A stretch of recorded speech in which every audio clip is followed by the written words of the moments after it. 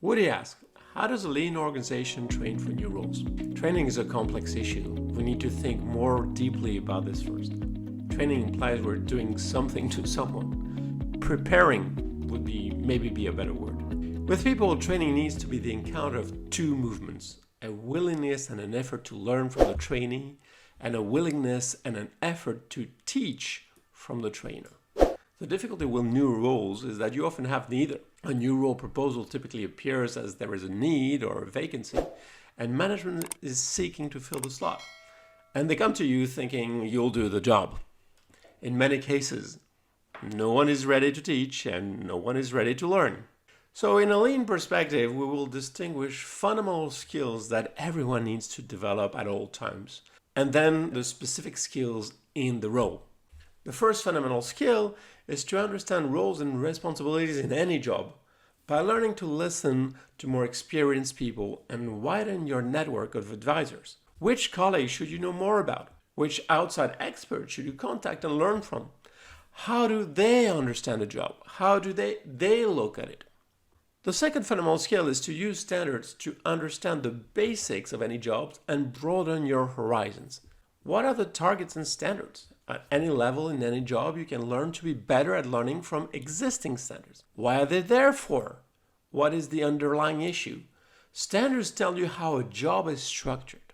The third fundamental skill is to deepen your understanding of technical processes by problem solving. First, this means developing awareness of problems, recognizing when something is not performing satisfactorily, then taking the initiative to do something about it. Talk about it around you, find out more about it, investigate and analyze to learn more of the underlying physical conditions and the context that create the problem, and learn to try new ideas to solve the problem. The fourth fundamental skill is to lead a team towards improvement. Beyond problem solving, do you see something that could work better? How will you persuade your team to go along with improving things? How will you persuade management to support you? How will you demonstrate your new ideas and prove your concepts?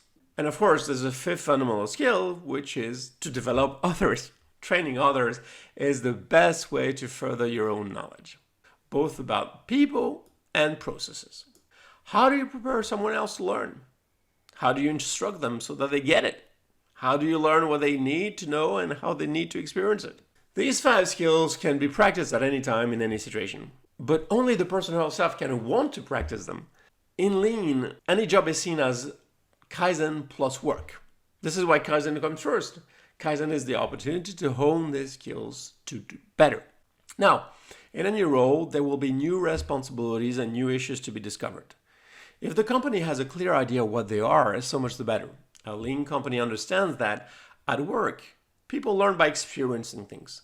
So managers will try to find problems to solve in your current role that prepare you for the new one. Preparing for the new role, you will be asked to solve a problem that is beyond your current remit. You don't know, you don't have the authorization, you're not supposed to, but you have to. Which means understanding the issue, gathering the allies, and so on. You will also be giving reading material and learning material to prepare yourself as best you can for the new challenge. A lean company will not so much formally train you as offer the opportunity to experience a critical part of the new role before the change. This, of course, requires deep planning and career development to be able to show foresight in where people move next, as well as constantly work on the 5 fundamental skills that will apply in any role. In the end, no one can train you better than you can train yourself.